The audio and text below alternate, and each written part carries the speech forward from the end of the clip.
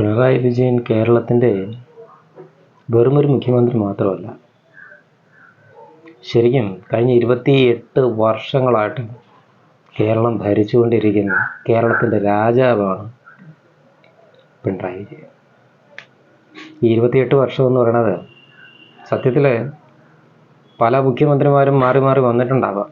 പക്ഷേ ഈ കഴിഞ്ഞ 28 വർഷമായിട്ട് കേരളം ഭരിക്കുന്നത് പിണറായി തന്നെയാണ്. എങ്ങനെ വേണമെങ്കിൽ നോക്കിക്കോ. അതായത് 1998 മുതൽ പുള്ളിക്കാരൻ മുഖ്യമന്ത്രിയാകുന്നത് വരെ കേരളത്തിൻ്റെ പൂർണ്ണമായ നിയന്ത്രണം അത് പുള്ളിയുടെ കയ്യിലായിരുന്നു. CPM-ൻ്റെ സെക്രട്ടറി ആയിട്ടായിരുന്നു എങ്കിലും ശരിക്കും പലരും മാറി മാറി വന്നെങ്കിലും ഭരിച്ചത് മുഴുവൻ പിണറായി തന്നെയാണ്. അതിൻ്റെ മെയിൻ കാരണം ഈ കാലയളവിൽ പല വികസന പ്രവർത്തനങ്ങളും വന്നു, പക്ഷെ ഒന്നുപോലും നടപ്പാക്കാൻ പുള്ളി സമ്മതിച്ചിട്ടില്ല.